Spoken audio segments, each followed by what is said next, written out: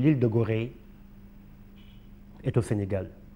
L'île de Gorée n'est pas au Japon, l'île de Gorée n'est pas à Paris, l'île de Gorée est dans un pays en Afrique, mais qui s'appelle le Sénégal. On a donc choisi le Sénégal pour y installer le mémorial de Gorée.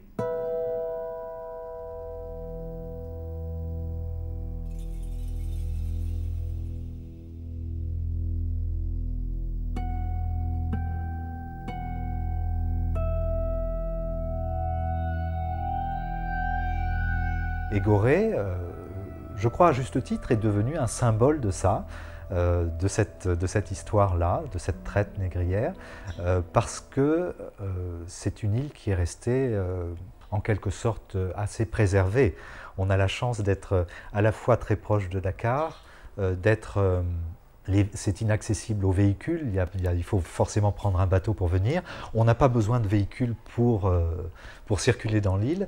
Donc tout a été relativement bien préservé, avec néanmoins quelques difficultés, hein. Il y a toujours des menaces qui pèsent sur ce patrimoine global de l'île de Gorée. Mais ça a été bien préservé. À ce titre-là, Gorée, au fil du temps, est devenu un symbole. Et je crois que c'est justifié.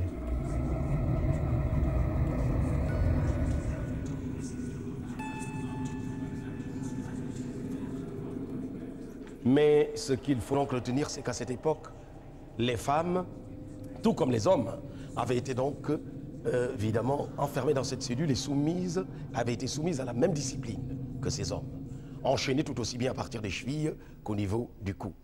Et alors nous allons passer sans doute à ce qui a été retenu par l'histoire. C'est donc la fameuse porte du voyage sans retour. Car ce couloir que vous voyez conduit à la porte que nous appelons la porte du voyage sans retour. La raison, c'est que chaque fois que, disons d'abord les esclaves, lorsqu'ils partaient, on les acheminait par ce couloir vers la porte. Mais chaque fois que l'un d'eux avait franchi cette porte vers la mer, pour cet esclave, c'était adieu l'Afrique.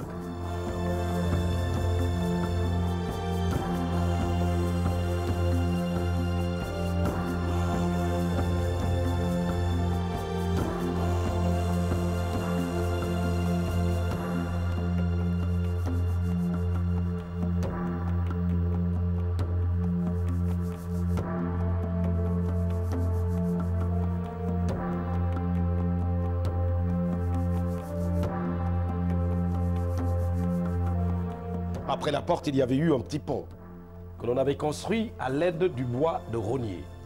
Et le pont partait de la porte vers la mer.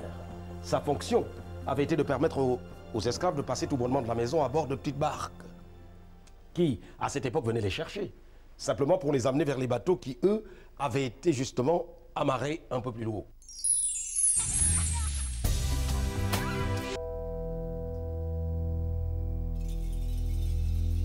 Il s'agit d'un projet, il s'agit d'un mémorial dont la symbolique est celle-ci. La maquette représente un village africain qui a été coupé en deux. Une partie est dans la mer et cette partie symbolise les esclaves qui sont partis, ceux qui ont été déportés. Une autre partie du village est sur la terre et elle symbolise ceux qui sont restés en Afrique. Et au milieu de la fracture, il y a une pirogue, mais qui se lève et qui regarde vers l'Amérique. Voilà le symbole du projet du mémorial de Gorée.